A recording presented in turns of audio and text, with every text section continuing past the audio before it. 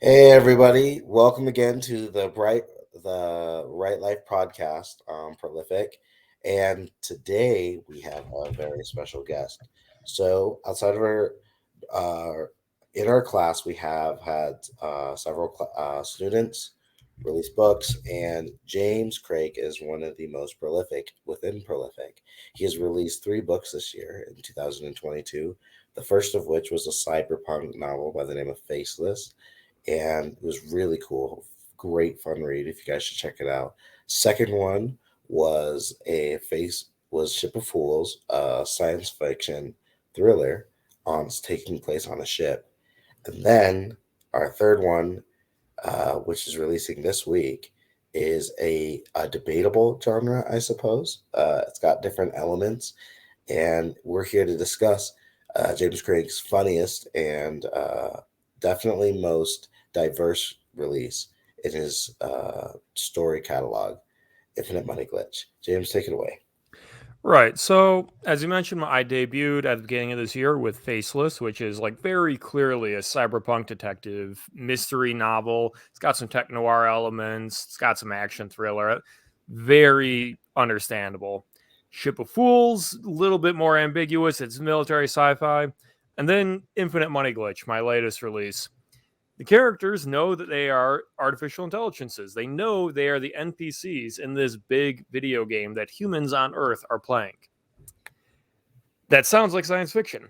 However, it's like a human, a cat girl, a golem, a skeletal lich. They're fighting giant birds and they're slinging magic at each other. That's all fantasy. It is very much the aesthetic of fantasy, except for the fact that for entertainment, they're pulling up video game streamers and watching pirated cartoons. Right, right. So So it's like a neo fantasy almost. it is a hybridization, is the best I can call it. Hmm. Uh, but marketing is not about technical definitions. It's about how do I communicate to people what is in this book. Right, Because I could just call it lit RPG, but there's like a huge range to lit RPG, even though right, this is literally literature in a role playing game. right. It's funny. I was the book I'm working on now. I'm kind of having the same kind of issue because most of the aesthetics are typically fantasy or whatever, but it has some very strong science fiction trappings. What do you think? Like, do you feel like gaming, like with the release of stories, like I guess Hack Sign is the first story I can think of, like Yep. manga anime that was like that.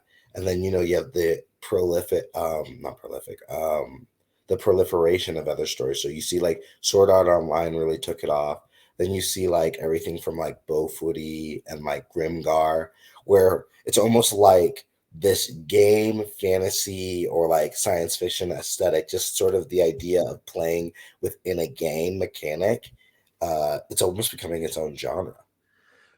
So there is a certain elegance to using an actual system to track your character's abilities in a story. Hmm. Because progression fantasy, the idea of starting out at level 1 and then getting stronger and stronger and stronger and taking on bigger challenges and, going and being the best. Hmm. Uh, that doesn't require an actual system. Like Dragon Ball is exactly that.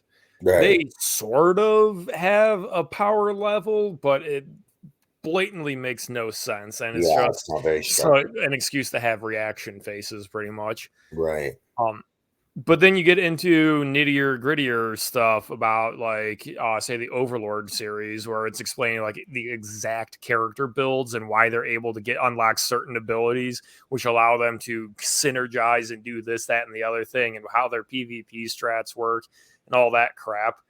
Um, Yeah, it's like watching Yu-Gi-Oh. Did you ever play Yu-Gi-Oh? I have tried to learn Yu-Gi-Oh. I think it's a very bad card game. Fight Well, me, nerds.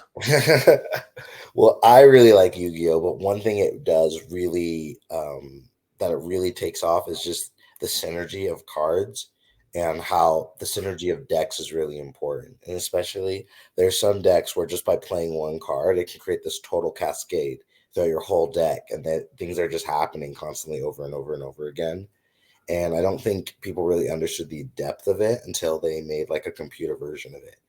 and then you just start. So that's not. I think I may know more about the history of Yu-Gi-Oh than you know. Really? That only is true from Yu-Gi-Oh GX or whatever. Not Yeah, from GT was there. Dragon Ball, but GX. They actually like got a real game designer to look at the system, and the decks starting from GX actually work. Mm-hmm. The Yu-Gi-Oh everyone remembers with the Pharaoh and all that Yeah. makes zero sense, and most of those cards are either unplayably bad nowadays or literally banned. Or they're broken. Yeah, like Yeah, Cybergar. yeah, they didn't understand how the game worked at all. That's how you got stuff like, well, let me load my dragon turtle into the catapult and shoot down your fortress. Those are fun though. Those are fun. Okay, so now, so kind of moving on, what do you feel like is the main appeal? Because Infinite Money Glitch doesn't play like a typical lit RPG. Like the No, tension because in it's it, a heist. exactly, it's a heist. It's not a beat 'em up. It is not about, oh my god, I'm the number one player on this server and everyone bow down before me.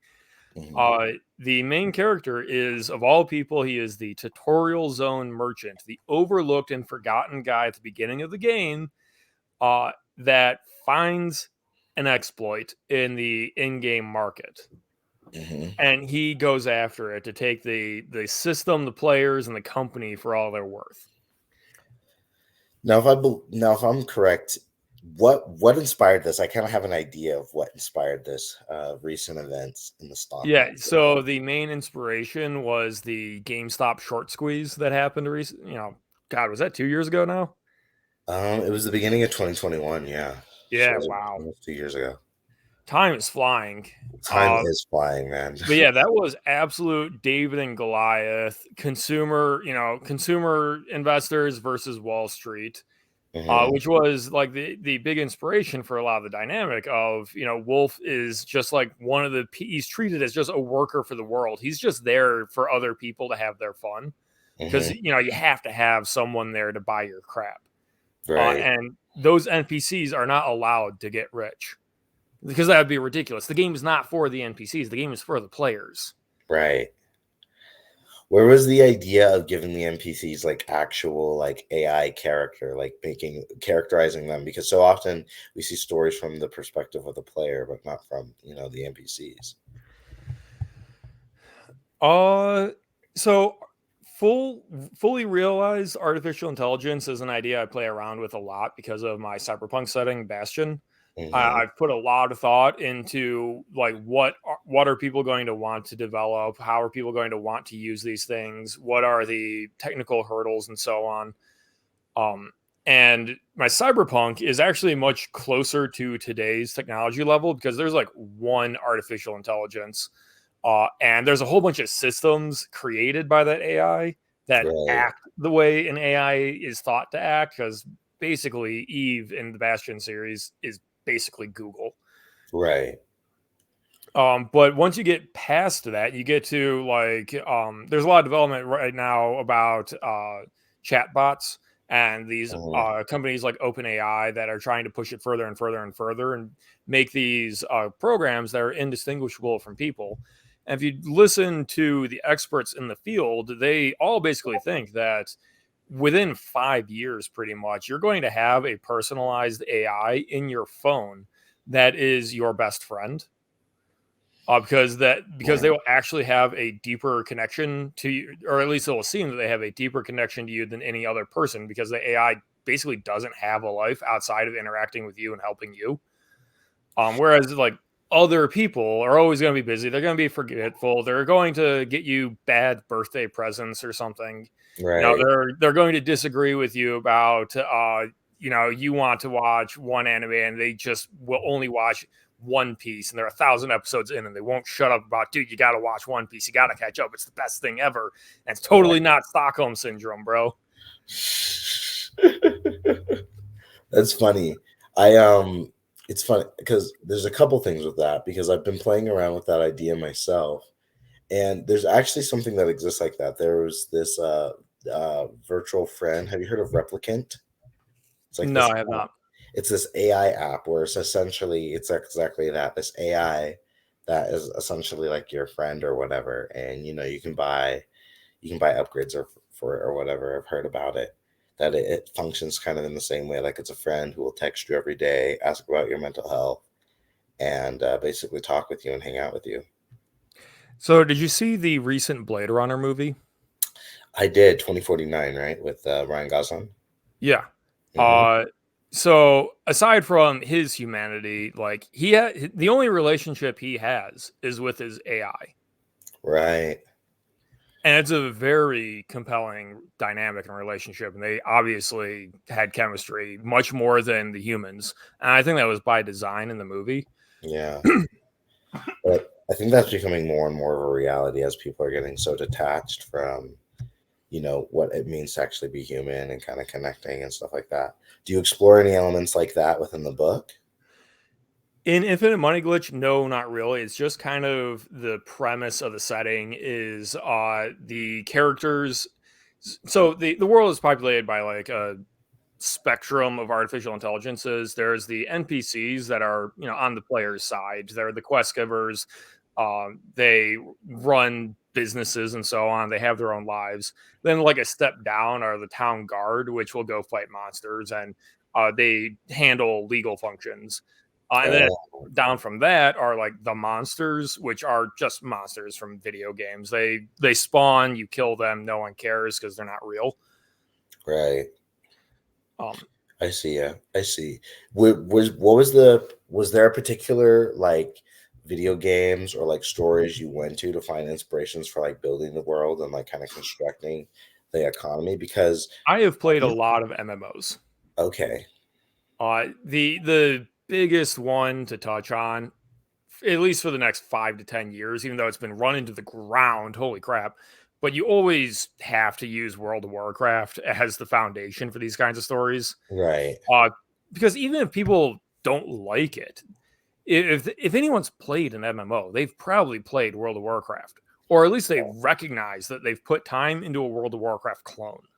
right, because it's like the granddaddy of MMOs. It took over the world when it came. It definitely was the biggest for the longest period of time. Like you'll get some people that are like EverQuest or MapleStory or Back in RuneScape the or day. yeah, their World of Warcraft was not the first. It was just like the first to be good and hit that critical mass of players. And it held on to it for the same reason that like Facebook still exists. It's not because Right. Facebook is a good program. It's because that's where people are. Like Yeah, Twitter. exactly. There's 7 clones of Twitter now. Right. But like the normies, the massive people are on Twitter, Right. and the only people that go to alternatives are being pushed off by fringe politics, basically. Right. So people use Twitter because people use Twitter, and that's what happened with World of Warcraft, right? And therefore, that's like the foundation for the setting. But people like other games like Final Fantasy 14, and Mhm. you'll get some people that played Eve Online and so on. Um, but just the kitchen sink fantasy element of let me just add more expansions, more expansions, more expansions. That's definitely straight World of Warcraft. Right. And I wanted to use that because it's a really good narrative turning point to Right. use in the world. Because in Infinite Money Glitch, uh, part of the reason that the entire plot is able to happen is because all the money is tied up in like end game gear. Right. The stuff that's hard to get. And to get more money, the company running the game is releasing new DLC that everyone has to pay for, so they can go get new gear because the new gear is more powerful and will make you win more in the meta. Right. And so that's driving the players crazy because also what came out in the news the last few months was how bad of a company Blizzard is. Yeah. Oh my gosh. Well, you saw they sold their soul. They sold their soul. That's been obvious since Activision acquired them. Yeah, Yeah. it's actually comical how horrible a company they've been proven to be. And Mhm. it almost all started with Diablo Immortal. Was oh Oh, yeah, we're going to make the next Diablo game that you've all been waiting for. It's a phone game to sell the Chinese market. right. And then they made it where it was basically you needed microtransactions to advance, essentially. And it was like hundreds of thousands of dollars. It wasn't even like a little bit. It was so much money. I couldn't believe it. And Do you feel did that affect some of the ire you put in sort of the NPCs towards the game? So the CEO, the lead dev, is a character in the story, and yes, I put every ounce of spite I could into crafting that character because there's something to be said for making the antagonist an unlikable piece of crap.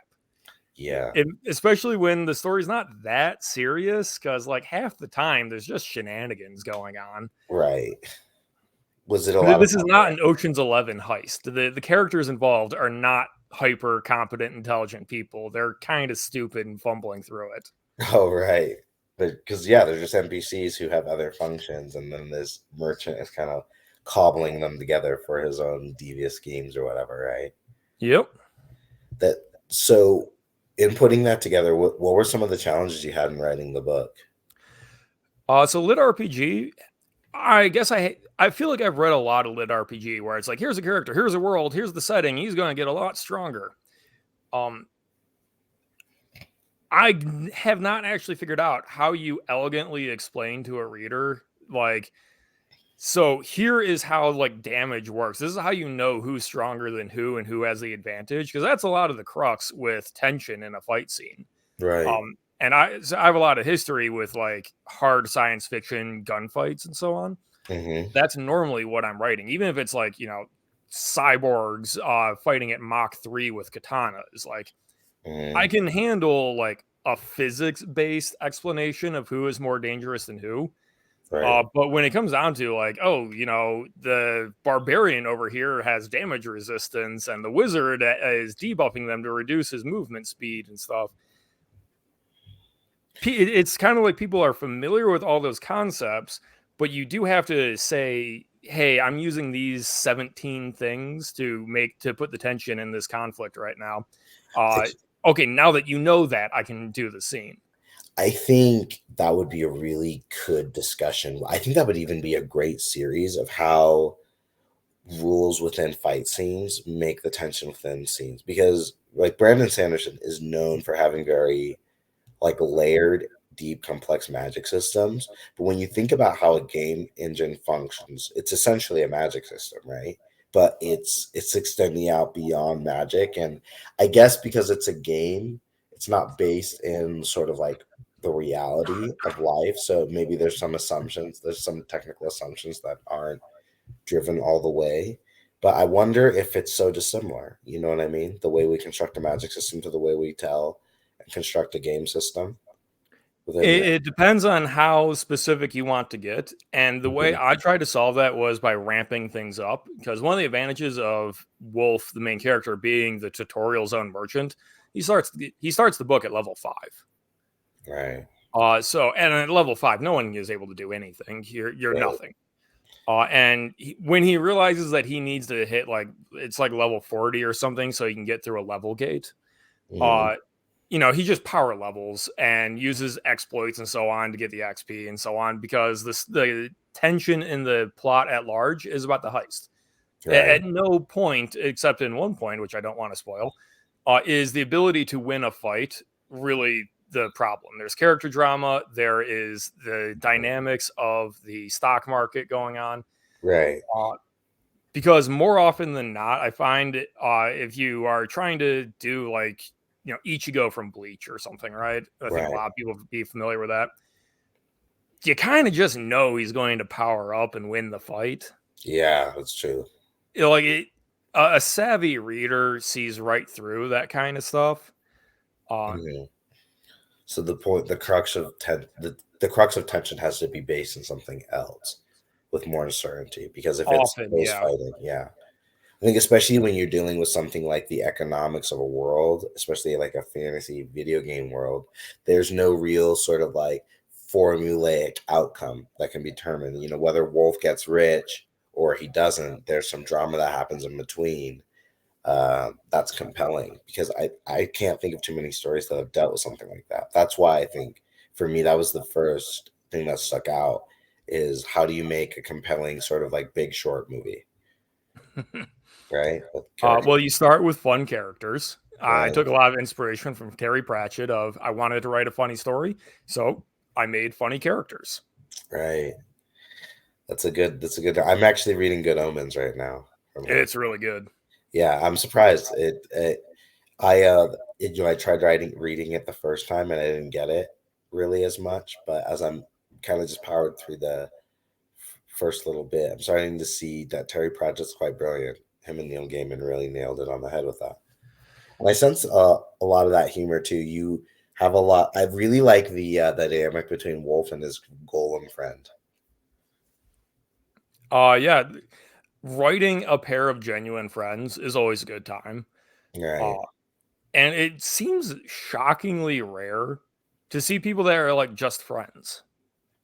Yeah. Yeah. I've been noticing that. Well, I think the idea of what friendship is kind of getting lost, right? Like if you don't watch like a lot of kids movies and stuff like that, especially adults, we don't really concern ourselves with that as much, even though it's just as important for adults as it is for kids, maybe even more so, right? Yeah, it's like my mind keeps going to the Expanse series.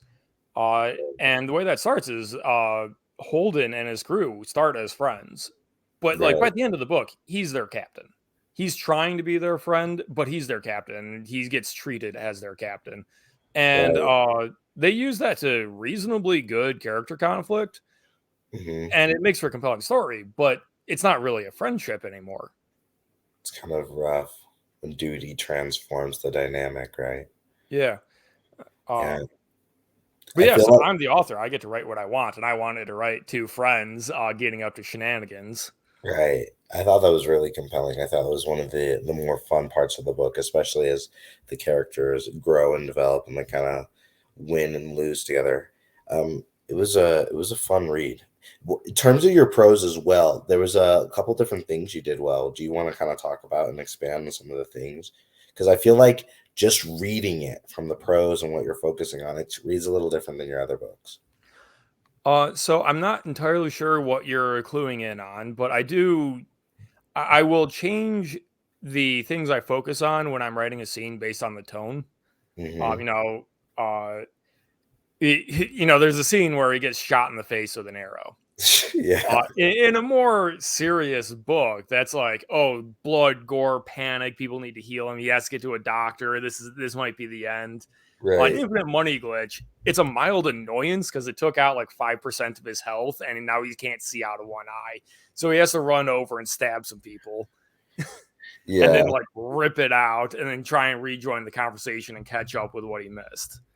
Absolutely. Well, it sounds like this was a blast and fun to write for you, and gonna Absolutely. be a it's going to be a blast for other people to read it.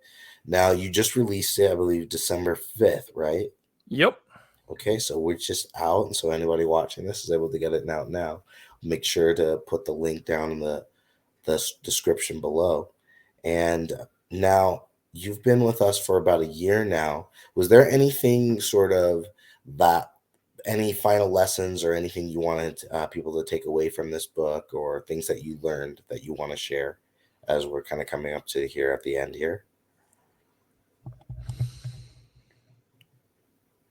I hope that people will read this book and think about how the like when you are having fun writing a story, the reader will notice that you're having fun. Right, Like to bring it to more specific examples, like I've got my web novel, which is The Undying Emperor over on Royal Road, and we'll get that right, link, I'm sure. And sometimes I'm just kind of like moving through this war plot. And other times there's like escapades going on, and I'm having fun with playing with a new idea, new character dynamic. I'm bringing two people together and seeing how they mix, and I'm having a good time with it. right. And I don't tell other people that I enjoyed that chapter. I just upload it, and then I have people message me after going, "Hey, you did a really good job with this," and it's the scene I was having fun with. Uh, Right. It just shows yeah, up. It just So shows I met a lot of other authors that like one guy was saying how painful it was to write this book because he based it on a drug trip that he had that went very badly. I was just like, why would you write a story that was painful for you to write? Like, why would you think that people would enjoy this if you didn't? right, and then kind of spread it around. Yeah, so I highly encourage everyone to have fun with creating. Right. I think that's really good. I think that's a good thing to focus on, and I think it's something that gets lost in sort of the milieu of trying to create, especially when there's a paycheck involved, right? And you're trying to monetize what it is you're making. Sometimes there's sort of a corporate pressure that oppresses the creativity and might squeeze it of its own life. So I think that's really really good advice. Um, Now, so was there any plugs or anything you wanted to share with anybody? I mean, you can I would follow love me on to- Twitter. I'm going to be starting my own YouTube channel in the new year. And I Awesome. will have a fourth book coming out. It'll be the sequel to Faceless, my second escapade into cyberpunk. So if you follow me on Twitter, or I think you can follow me on Amazon and so on, you'll be Okay. able to get alerted when that comes out. Because I am writing a ton and I want to share this with everyone. That is so awesome. That is good to hear. It's been an absolute pleasure having you, James. Thanks for sharing. And I'll make sure to put a link down in the description below for Infinite Money Glitch and share with as many people as possible. If you guys enjoyed this little discussion interview and the book intrigues you, go pick it up on Amazon for James. And yeah, guys, thanks a ton for watching. And James, thanks a bunch for coming in and joining us today. Thank you for having me. Absolutely. All right, guys. So just finishing up with Prolific, just want to say stay happy, stay healthy, keep writing. I remember you guys are the authors of your own story. Keep writing and peace.